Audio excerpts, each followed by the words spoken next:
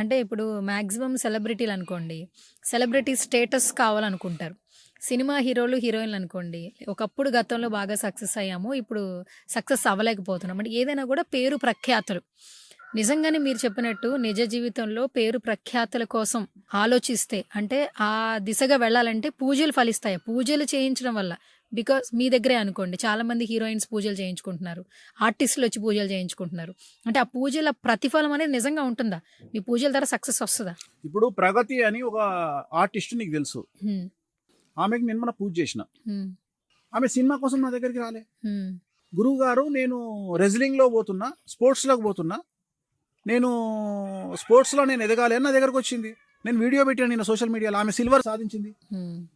అంటే నేను అనే పాయింట్ ఏంటంటే ప్రతి అమ్మాయి సినిమా హీరోయిన్ కావాలని రాదు. నేను ఎందుకు చెప్తా బయటికి? అసలు నేను ఎందుకు చెప్పాలి బయటికి? అరే అరే జ్యోతిషం అనేది నా వృత్తిరా భయ్.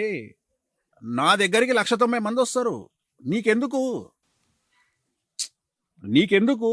ఎవ్వడి పని వాడు చేసుకుంటే దరిద్రమే లేదు. ఇది నా పని, నేను చేసుకుంటున్నా. గ్రహాల గురించి నువ్వే మాట్లాడి, తొక్కా తోట గురించి నువ్వే మాట్లాడి, ప్రతిదాని గురించి నువ్వే మాట్లాడి, నా దగ్గరికి సినిమా హీరోయిన్ వస్తుంది, ఒక కాల్గర్లు వస్తుంది, ఒక మర్డర్ చేసేటోడు వస్తాడు, ఒక మానభంగం చేసేటోడు వస్తాడు, ఒక స్మగ్లర్ వస్తాడు. రైట్. మంగళ షాప్ ఉంది. మంగళ షాప్లోకి పోగానే రాగానే కూర్చోగా, ఏమండి మర్డర్ చేస్తారా మీరు? ఏం చేస్తారు మీరు అని అడగాలవని మంగళోడు. పోగానే కత్తెర పట్టుకుంటాడా? డాక్టర్ దగ్గరికి పోతావు. పోగానే ఫస్ట్ పోగానే హలో అండి మీరు ఏం చేస్తుంటారండి? నిన్ననే అండి ఒక మర్డర్ చేసి వచ్చిన. ఓకే నేను ట్రీట్మెంట్ ఇవ్వనండి. ఇదా మంగలి చాకలి డాక్టరు బాపనోడు ఎవడొచ్చినా చేయాల్సిందే పని. నేను కూడా అంతే. నా దగ్గరికి ఒక అమ్మాయి వచ్చింది, ఒక వేషనే వచ్చిందమ్మా, కాల్గర్లు వచ్చింది అనుకుందాం. వచ్చి నా ముందర కూర్చుంది. గురువు గారు నాకు వశీకరణ కావాలి. వశీకరణ అంటే ఏంది? నాకు జనాలు ఎక్కువ కావాలి, వీటులు కావాలి అన్నదనుకో. అంటే నిజంగా నేను అఫీషియల్గా మాట్లాడుతున్నా. ఇన్ కేసు ఏ బ్యాంకాక్ అమ్మాయి వచ్చింది నా దగ్గరికి, నేను మాట్లాడేది. ఆ అమ్మాయి వచ్చి నా దగ్గర కూర్చున్నప్పుడు నేను పూజలు చేస్తా. తప్పే ఉంది. ఒక హీరోయిన్ వచ్చింది, వశీకరణం కావాలి, చేస్తా. వశీకరణం అంటే క్రష్ అమ్మ. ఇక్కడ క్రష్ అంటే నిన్ను ఆకర్షించడం. తప్పే ఉంది.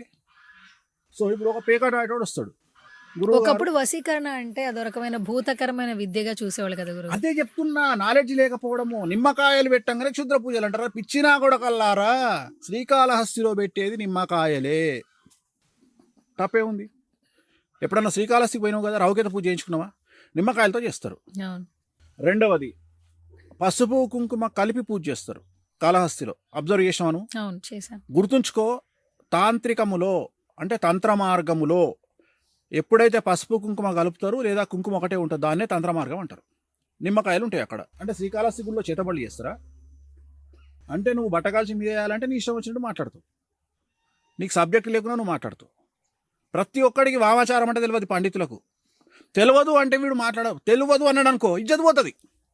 తెలియదు అంటే ఇజ్జత్ పోతుంది. అయితే గురువుగారు మొదటి నుంచి మీరు ఒక మాట అంటుంటారు, నేను జ్యోతిష్యం చెప్తుంటాను, నా వృత్తే అది అని ఉంటారు. మీరు జ్యోతిష్యాలు చెప్తారు, ఉండేదేమో చాలా సాత్వికంగా ఉంటారు. ఈ మాటలు ఉన్నాయి కదా, ఒక్కొక్కసారి బయటికి నుంచి వచ్చే మాటలు ఉంటారు. మీరు చేసే పూజల్లో ఈ మాంసాహారం, మందు ఉపయోగించి చేస్తున్నారు. మీరు మాట మొదలు పెట్టేటప్పుడే ఓం నమో వెంకటేశాయ. మీ లాకెట్లో కూడా వెంకటేశ్వర స్వామి విగ్రహం. ఇప్పుడు మీరు చూస్తే ఆ షర్ట్లో కూడా వెంకటేశ్వర స్వామి నామాలతో ఉంది. అంటే మీకు వెంకటేశ్వర స్వామి అంటే ఇష్టం. మనం తిరుపతి వెళ్ళేటప్పుడు నాన్ వెజ్ ముట్టయితే దేవుణ్ణి దర్శించుకోం. ఎంతో నిష్టతో తిరుపతి వెళ్ళేటప్పుడు కూడా ఆ ప్రాంగణంలోకి అడుగు పెట్టేటప్పుడు మన ఆలోచనలు కూడా చాలా పవిత్రంగా ఉండాలి. అలా ఉంటూ ఆ జర్నీ స్టార్ట్ అవుతుంది. అంటే వెంకటేశ్వర స్వామిని పూజించాలంటే ఎంతో శుద్ధిగా నిష్టగా ఉంటాం. కానీ ఇటు మీరు చూస్తే ఇంకొక సైడు కామాఖ్య అమ్మవారు కావచ్చు, మీరు చేసే పూజలు కావచ్చు, ఈ వశీకరణ కావచ్చు, ఇవన్నీ క్వైట్ ఆపోజిట్ గా ఉన్నాయి. అసలు మీరు ఎలా మారిపోయారు? అసలు ఇదంటే ఎదుటి వారికి మంచి చేయాలి, లేదంటే ఇలా చేస్తే వాళ్ళకి మంచి అవుతుంది అని చెప్పి ఇలా మారారా? ఏం లేదు. సైన్స్ గొప్పది అని చెప్పే మనుషులు సైన్స్ కోసము చాలా విధాల రకాల అడ్వాన్స్డ్ టెక్నాలజీ తీసుకొస్తారు. సమాజంలో గంజాయి మంచిది కాదు, కానీ మనం వేసుకునే టాబ్లెట్లో గంజాయి ఉంటుంది. నీకు తెలుసా? అల్ట్రాసెట్ అని ఒక టాబ్లెట్ ఉంటుంది, దాంట్లో గంజాయి ఉంటుంది. ఎందుకు వాడుతున్నాం గంజాయి? మెడిసిన్ ఎందుకు వేస్తున్నావు? సమాజాన్ని నాశనం పట్టిస్తారా మీరు? స్టిరాయిడ్స్ ఉంది, ఎందుకు స్టిరాయిడ్స్ వాడుతున్నాము? అవి స్టిరాయిడ్స్ అంటే దాని సైడ్ ఎఫెక్ట్ ఉంటాయని మనకు తెలుసు, కానీ రోగం కోసం వాడుతున్నాం, తొందరగా తగ్గడం కోసం వాడుతున్నాం. ఇప్పుడు నువ్వు చెప్పినటువంటి వెంకటేశ్వర స్వామి, నువ్వు చెప్పినటువంటి గణపతి, వీళ్ళందరూ కూడా సాత్విక దేవతలు. వీళ్ళందరూ చాలా సాత్వికంగా ఉంటారు. నేను మాట్లాడే దేవతలు ఉగ్రదేవతలు. వీళ్ళను పూజించాలి అంటే దమ్ము కావాలి, ధైర్యం కావాలి, ప్రాసెస్ ఉంటుంది. వీళ్ళకు గురుముతః మాకు ఒక గురువు ఉంటాడు, ఆయన ద్వారా మంత్రం నేర్చుకోవాలి. మీరు ఇవన్నీ ఎప్పుడు నేర్చుకున్నారు గురువు గారు? ఇవన్నీ నేను నేర్చుకొని వచ్చిన కామాఖ్యాల. కాబట్టే కామాఖ్యాన్ని ఇక్కడ ప్రమోట్ చేసిన. కామాఖ్యాన్ని ఇక్కడ ప్రమోట్ చేయడానికి సౌత్ ఇండియాలో వామాచార విధానాన్ని ప్రమోట్ చేసింది నేనే.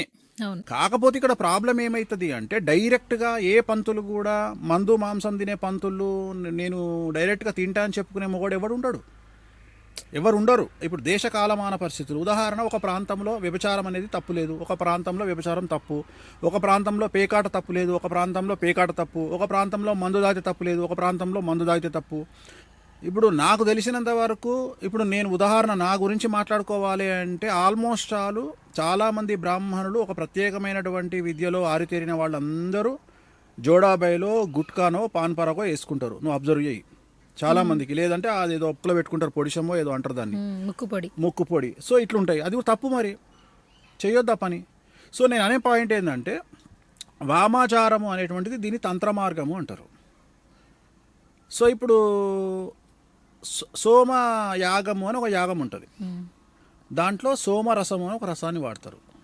సోమలత అనేటువంటి చెట్టు నుండి దాన్ని తీస్తారు. అది ఒక టైప్ ఆఫ్ మందు, దాంతోనే చేస్తారు. ఈ డిస్కషన్ చేయరు. ఎందుకు చేయరు? కొన్ని సీక్రెట్స్ ఉంటాయి. వాళ్ళు కూడా బ్రాహ్మణులేనా? చాలా పెద్ద పెద్ద క్రతువులు చేస్తారు. సో నేను అదే చెప్తున్నా. అంటే వేణుస్వామి ఏం చేసిండంటే సైలెన్స్ని బ్రేక్ చేసాడు. రెండవది, నువ్వు అడిగిన ఒక మాట, తెలంగాణ ప్రాంతంలో ఒక 4 కోట్ల మంది ఉంటారు. ఎగ్జాంపుల్, 1.5-2 కోట్ల మంది ఒక సపోజ్ వెంకటేశ్వర గుడికి పోతారు తిరుపతిలో.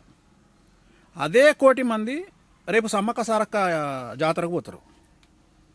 అమ్మవారికి బంగారం ఇచ్చి అంటే బెల్లం ఇయ్యంగానే ఆడ పడేసి పక్కకు వచ్చి నువ్వు నడుస్తుంటే మొత్తం ఆ వాసన కొన్ని లక్షల మేకలు దిగుతాయి, లక్షల మేకలు దిగుతాయి.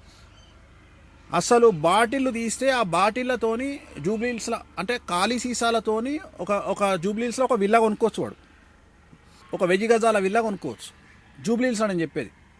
వాటర్ బాటిల్ అమ్ముకునేటోడు జూబ్లీహిల్స్లో ఒక 500 గజాల జాగా కొనుక్కుంటాడు. అంటే నేను మాట్లాడేది నాన్ వెజ్ లిక్కరు ఎంతగా వెళ్తుంది అని చెప్తున్నా. మరి వీళ్ళందరూ వెంకటేశ్వర దగ్గరికి పోతారు కదా. ఇప్పుడు హైదరాబాద్లో జూబ్లీహిల్స్లో ఉండే తోపులు తురుములు అందరూ రేపు ఆషాఢ మాసం వస్తే అమ్మవారి జాతరలో నాన్ వెజ్ తింటారు కదా. అంటే ఎవరికి ఏం పెట్టాలనో అది పెట్టాల్సిందే, ఎవరికి ఏం జరగాలనో జరగాల్సిందే. సో ఇక్కడ శాస్త్రం చెప్తుంది, వేణుస్వామి సొంత కవిత్వం కాదు. అందుకనే నేను ఏం చెప్తున్నా, మీరు వేణుస్వామిని నమ్మొద్దు, మీరు ఎవరిని నమ్మకండి. మీరు మంచిగా ChatGPTని అడగండి, జెమినీని అడగండి, గూగుల్ని అడగండి. ఇప్పుడు నువ్వు నన్ను అడిగిన ప్రశ్ననే గూగుల్ని అడగండి.